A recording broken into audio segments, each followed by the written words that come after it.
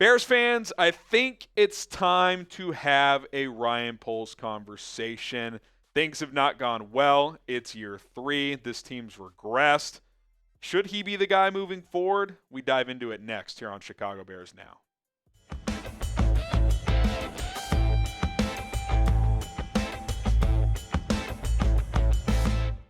I'm Harrison Graham. Is Ryan Poles on the hot seat as the Bears GM? That is what we're going to discuss. Should he be on the hot seat? Kevin Warren has come out and said he's the GM. He's going to be here, but should he be? Is it a fair discussion to have at this point? I would say it's at least fair to dip your toes in these waters based on the regression of this team this year. And then a couple of other notes and reasons to discuss as well, including this from Adam Johns. Bears reporter for The Athletic, says, this came up on the podcast, Hogan Johns, so I'll add it here.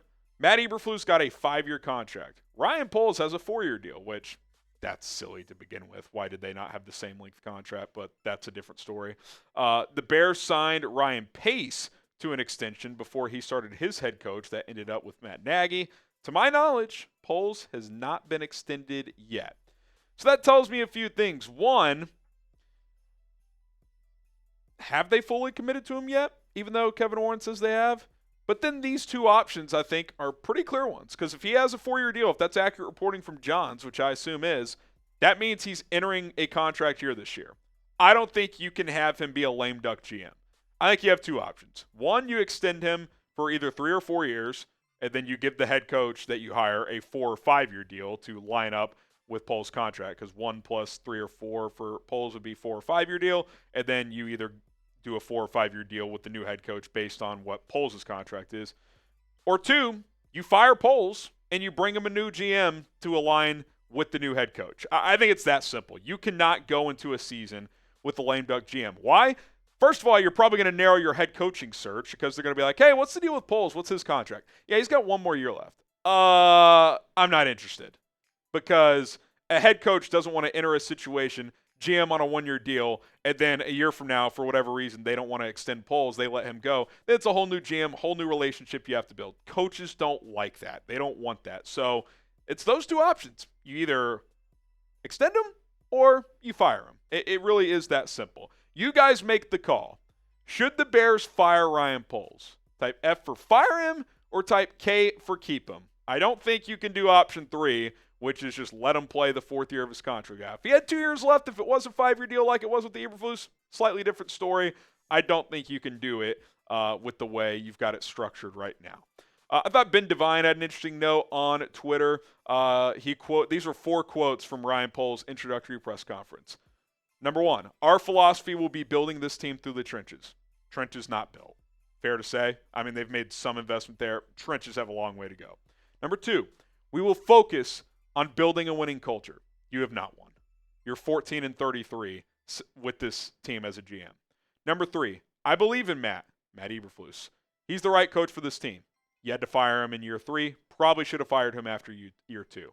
Number 4, we will take the NFC North, and never give it back. For a 3rd straight year, you're dead last in the NFC North. So it is kind of interesting that, like, his political slogan, whatever you want to call it, this is my philosophy, this is what we're going to do. You've done none of it. None of it has happened. Now, that doesn't mean he hasn't done some good things. We're going to get to that part. But trenches are built. You are a winning team. The culture sucks, what you talked about. Matt Eberflus was not the answer. Not only was he not the answer, he's one of the worst coaches in franchise history, and I would say modern NFL history. And you've been the laughingstock of the NFC North. Now, year 1, you're completely rebuilding. Understandable. Even last year, you won 7 games. I was like, that's pretty decent growth, actually, even though you blew 3 games in crazy fashion. This year, at best, you'll go 8-9. Does anybody think they're winning 4 games in a row? You're more likely to go 4-13. That's not good, man. That is not good. And I was kind of posing this as well on Sunday, watching the Bears just get drubbed by the San Francisco 49ers. How many players on this roster that were here last year and are here now actually improved from 2023 to 2024? Let's just talk about some key players. Jalen Johnson. I would still say he's a good player, and I believe he's a great talent and will be a great player moving forward. It is completely objective to say he's had a worse year this year. DJ Moore, same boat. I'm not too worried about those guys' futures, but this year they've taken a step back. Cole Kmet, I would say it's safe to say has not been as good this year. Untimely penalties, has a few drops as well. Who else? TJ Edwards, Tremaine Edmunds. Tremaine wasn't that good last year either. I would say both have regressed. Montez Sweat, I think he's had a foot issue, but regardless of the reason, he's regressed. Tyreek Stevenson, by the end of last year, he was playing at a fringe Pro Bowl level. He's not even playing at a starting level right now. That's a guy you took in the second round a couple years ago. A guy that you brought in to be a high-level player. I would say Gervon Dexter, Kyler Gordon, and Darnell Wright have improved. Beyond that, who's improved? A key player that was here last year to this year, who has improved beyond those guys? When more guys have regressed and improved, and now I'm not saying that's all on the GM. The GM brings in the talent, and then the coaches develop and the players carry weight too on him, just challenging themselves, working on their craft, all that stuff. Like, it's not 100% Poles' problem, but like, how many of these young players he's brought in have just taken off? Like, even Dexter and Wright, good players. Gervon Dexter's not an all-pro. I don't expect him to be right now. Darnell Wright's a good right tackle. He's not an all-pro. Like, you have a lot of good-ish players, but a lot of those good-ish players are regressing. And that is a major, major concern. We got a question on our live show on Monday. Who is the best non-special teams player on the team this year? Who's had the best year? I guess Darnell Wright. Like, it was a tough question to answer. Who has been the best non-special teams player this year? It really got me thinking. It's like, well, that's a bit of a concern. The point is, we may have overvalued the talent that Poles has brought in. Now, I think the coaching carries a lot of blame. I don't think the staff is that good. Fair enough. But it's not like Poles has hit on every move either. I think that's very fair to say. So let's kind of get into the pros and cons of Ryan Poles coming up next. Good moves he's made, because he certainly has made plenty. Bad moves he's made that are objectively bad, regardless of the coaching. And, at the end of the video, I'll kind of give my final take on whether or not this is the guy that you should be moving forward with as your general manager. But before we do all of that, I do want to tell you guys about our sponsor, Game Time. Best place to get tickets is Game Time for a Bears game, a Bulls game, Blackhawks, any other sporting event, concert, comedy show. Their feature Game Time picks is awesome. You kind of toggle that box, and you're going to be able to narrow down your search, because a lot of these stadiums, they got 20,000 tickets you're scrolling through.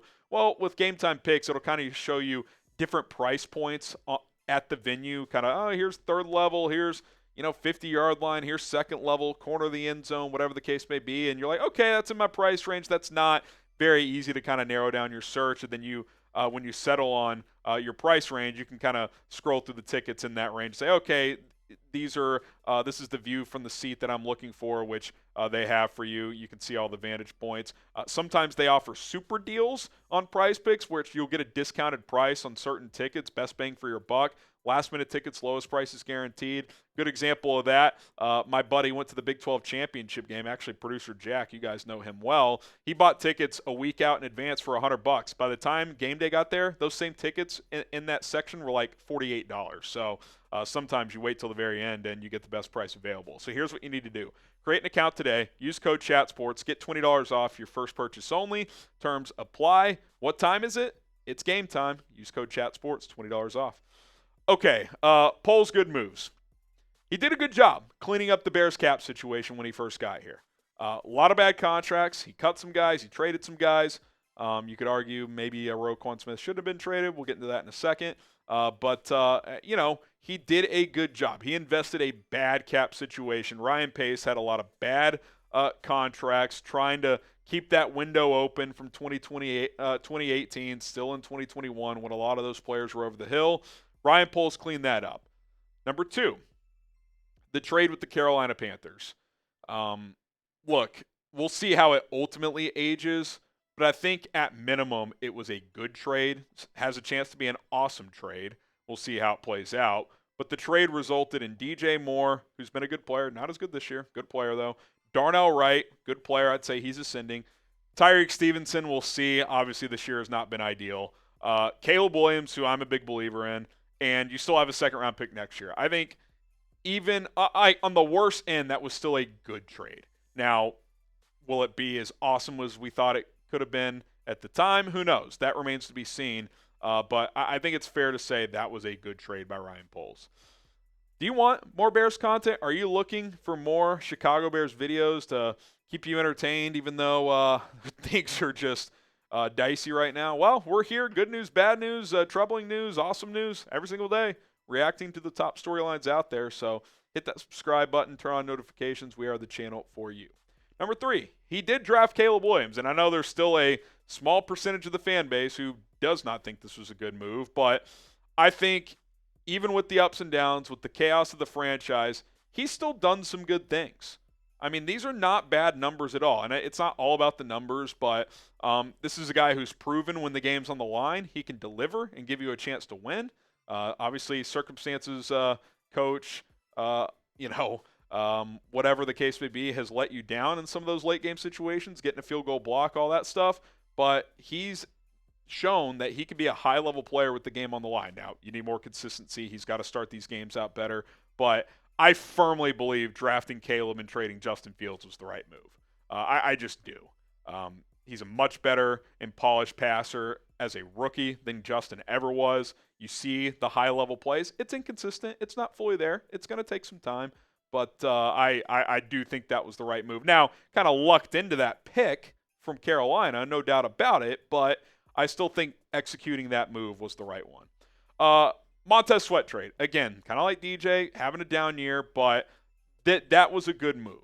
Second-round pick for a guy who instantly became your best defensive lineman, I think is a high-level player. Now, is he a number 1 on a dominant defensive line? He's probably more of a 2, but I still think that was a good move. He could set the edge in the run. I think you got to get him re-engaged next year. I think he's been really frustrated with the losing and with how the injury stuff was going earlier in the year. He had that foot thing that kept flaring up, but I still like that move overall. Maybe it ages poorly, but I still feel okay about that one. What do you guys think has been Ryan Poles' best move? And before we get to the cons, I do want to say, back to the first point of cleaning up the books and the salary cap, that's the easy part. A lot of people can come in and take a roster down to the studs, clear up the cap. Oh, King Poles. I'm not trying to dump on the guy, but that's the easy part. Building it back up is the hard part. And he's done some good, but he's also done some bad. Let's get to some of those moves. Clearly the Claypool one. And listen, I didn't give him a pass, but I kind of was like, you know what? He's trying to take a swing. He wanted to give Justin Fields another weapon, see if Fields give him as fair of a shake as possible. Didn't work out. No harm, no foul. But that was a tough one. That ended up being the 33rd pick for a player who gave you nothing. That's a pretty tough one on Ryan Poles' resume. I didn't even mention it on here, but he drafted Velus Jones and kept him too long too. That not great, if we're being completely honest. 2 and 3 are a two-parter. Trading Roquan Smith, paying Tremaine Edmunds. In a vacuum, I did not hate trading Roquan. I wasn't for it. I wanted to pay him and keep him. We talked on another video. You don't really have a player that can be a high level tone setter in the locker room. I think Roquan could have continued to grow into that guy. I don't know if he was fully there yet, but I think he could have been that. He's clearly a far better player than Tremaine Edmunds, but it's like off-ball linebacker. Maybe he's just a better 3-4 scheme player. Flus is running a 4-3. It's like, okay, I can live with it. It's not like you traded prime Brian Urlacher. But the issue I have is that you trade Roquan, who's much better than Tremaine Edmunds, and then you pay Tremaine $18 a year when you didn't want to play Roquan $20 a year. It's like, wait a second. You kind of told us we don't think Roquan's worth $20 a year, which I kind of read that as, well, off-ball linebacker. It's probably just a philosophy thing. A lot of teams don't want to pay linebackers that much. But then you pay Tremaine $18 because he has a better athletic profile? That's not good. Tremaine Edmunds can't sniff Roquan's jock.